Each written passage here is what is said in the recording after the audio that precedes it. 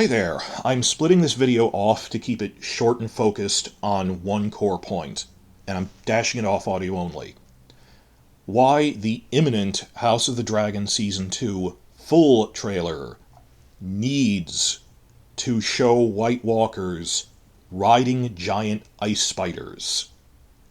They're giant ice spiders from the books, which even a TV-only audience would know of because they were promised for multiple seasons, then never ultimately appeared. They keep saying they have these giant ice spiders, big as hounds. And it was a complete letdown that this isn't just a wish list thing. That's the core point. It's not that I want this. This is something they need to do. Otherwise, it would be a mistake. Now, we know the full trailer is imminent because the cast members over social media this past week said that they were filming a big promo shoot with Entertainment Weekly. So either next week, maybe the week after that, but we are pretty much 3 months out from the premiere. They have reiterated it's going to be last week of June. I've been saying that for months, that when HBO has said a summer premiere for the past 2 decades, they always mean after NBA basketball finals. They don't premiere shows opposite those. They don't put stuff opposite sports. And for the sake of not misleading people, you tell them June, they think June 1st. I have said first week of July. But the way the calendar falls, usually maybe the last week of June, that this year June 30th falls on a Sunday. So it might be June 30th. I think it probably will. Outside chance of June 23rd, depending on if there's a final game or not. But the only real question to us was, would it be pushed back to fall? Because there's been active reshoots going on through March. But apparently these were planned reshoots because of the writer's strike. Won't push it to fall. It won't affect anything. So if it's a summer thing and they say June, they mean last week of June. Fair enough. And we are 3 months out from that. We know that they are doing photo shoots, that the full trailer is soon. So I wanted to dash this video off ahead of that. If this is something I'm telling you, watch out for. It'll be a mistake if they don't do it. Why is that? Remember how hard it was to convince people to watch any Game of Thrones prequel after Season 8? How hesitant they were, that major news channels on YouTube and other things were saying, I'm just going to hate watch the first episode and then to criticize it, then quit.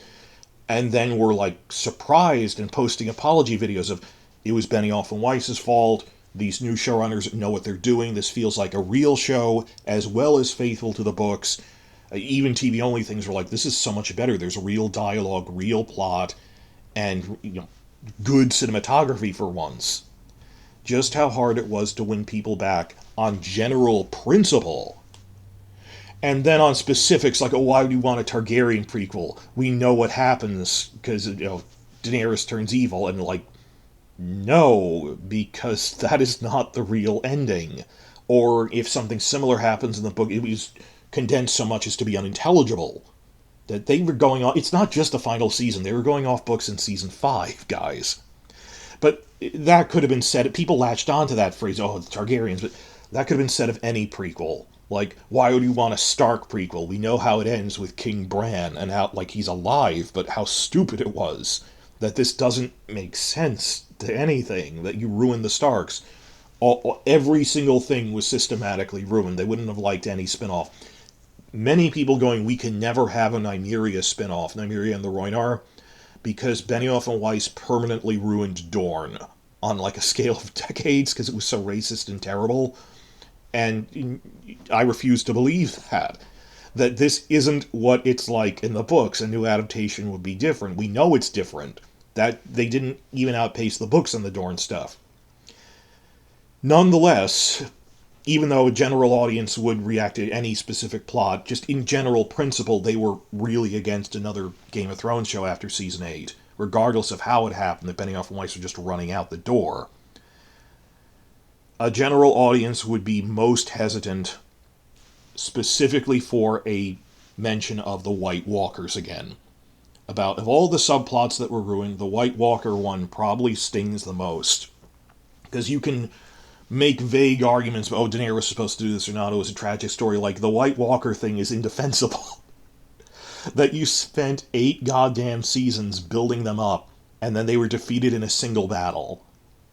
And not even getting into that it was this lackluster battle, even ignoring like the lighting problems. Like they can, when you look at the behind the scenes nuts and bolts of the plotting of it, they ran out of ideas for their big battle, and the whole thing is just an illogical mess.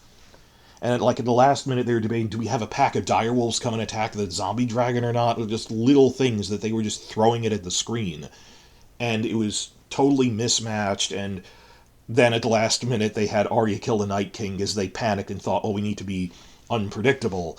But no, even if you take that out, the mere fact that they were kind of quickly destroyed in a single battle, it was stunning.